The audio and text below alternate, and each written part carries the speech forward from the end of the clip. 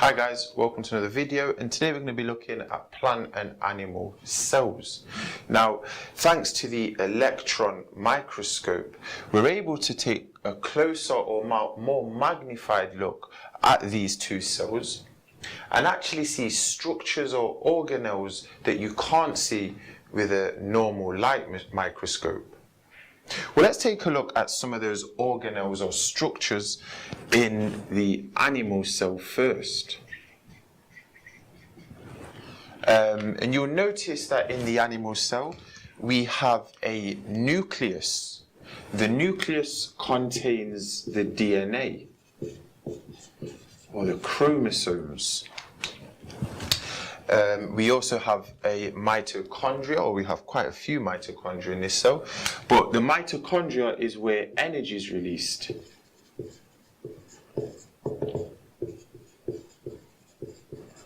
And the energy is released in a process called aerobic respiration, which you'll learn about in future videos.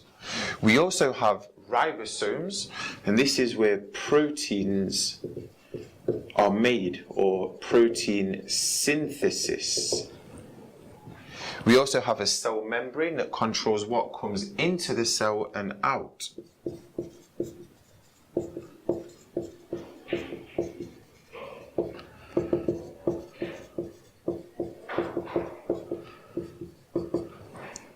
And we also have a cytoplasm. This is a jelly-like fluid, but this is where all chemical reactions happen.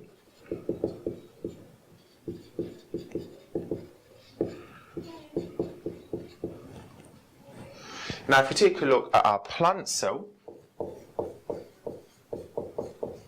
and you should notice that the plant cell has all of the organelles or structures that an animal cell has. But the plant cell has a few extra.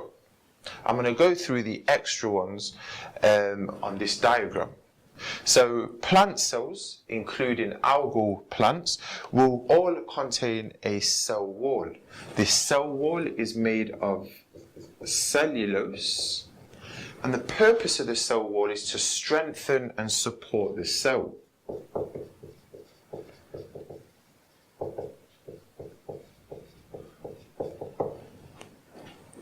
Plant cells also have a chloroplast, and I've represented the chloroplast as these green dots.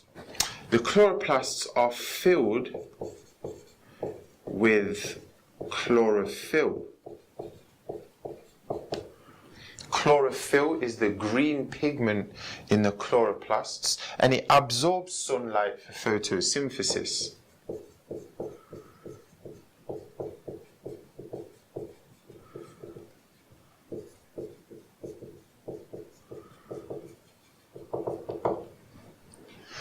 And we also have the final organelle, which we call a vacuole.